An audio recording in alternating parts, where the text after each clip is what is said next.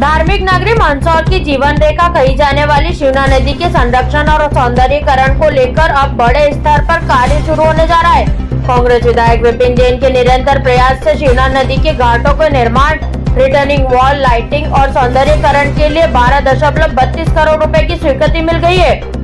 यह कार्य सिंहस्थ 2028 की तैयारियों के तहत मंजूर किए गए। विधायक जैन ने कहा कि शिवना नदी सिर्फ एक जलधारा नहीं बल्कि मंदसौर की आस्था और पहचान का प्रतीक है। वर्षों से शिवना की सफाई, शुद्धिकरण और घाटों के जीर्णोद्धार को लेकर जनता के साथ मिलकर जो अभियान चलाया गया, अब वह रंग लाने लगा है। उन्होंने कहा कि यह सिर्फ निर्माण कार्य नहीं बल्कि सांस्कृतिक विरासत को सहेजने की दिशा में एक अहम कदम है। इस परियोजना के अंतर्गत प्रमुख घाटों का पुनर्निर्माण, नदियों के किनारे सौंदर्यीकरण, रोशनी की बेहतर व्यवस्था और तटबंधों की मजबूती की जाएगी।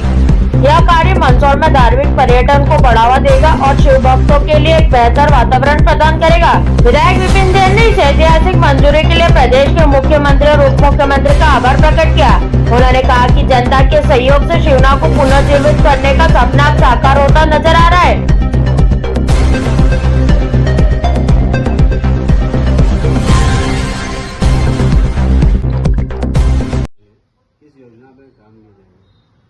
देखिए, सिंहस्थ मद से 74 करोड़ रुपए के काम स्वीकृत हुए हैं।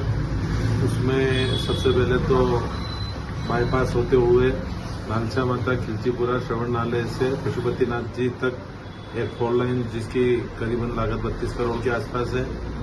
दूसरा, अम्बेडकर चौराहे से कास्का रेस्टोरेंट होते हुए बड़ी पुल तक जो वर्तमान रोड है, इसका चौड़ीकरण के 7 करोड़ के आसपास का इसके प्रस्ताव से ये स्वीकृत हुए। उसके अलावा 13 करोड़ के आसपास शिवना सौंदर्यीकरण के लिए, जिसमें छोटी पुल के सामने जो घाट बना हुआ होते यहाँ पे घाट, लाइटिंग, रिवॉल्विंग वॉल और ये सारी चीजें, और एक कास्का रेस्टोरेंट के सामने से नदी पर पुल बनेगा और सीतामू फाटक तक पहुंच मार्ग, इसके लिए 74 करोड़ के आसपास के ये स्वीकृत हुए हैं। माननीय मुख्यमंत्री जी और मैं उप मुख्यमंत्री जी को इसके लिए बहुत बहुत धन्यवाद भी देता हूँ।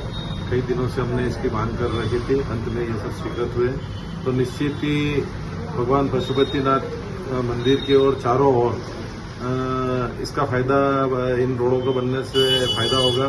श्रद्धालुओं लोगों को आने में ज्यादा दिक्कत भी नहीं होगी और ट्रैफिक भी डाइवर्ट रहेगा। और दिन पे दिन जिस प्रकार से भगवान पशुपतिनाथ जी की लोकप्रियता बढ़ती जा रही है और लोगों में उनके प्रति श्रद्धा से जो बाहर बाहर के लोग भी दर्शन के लिए आ रहे हैं, तो कहीं न कहीं चारों तरफ से पशुपतिनाथ जी पहुंचने के मार्ग बनने से निश्चित ही आवागमन में फायदा होगा।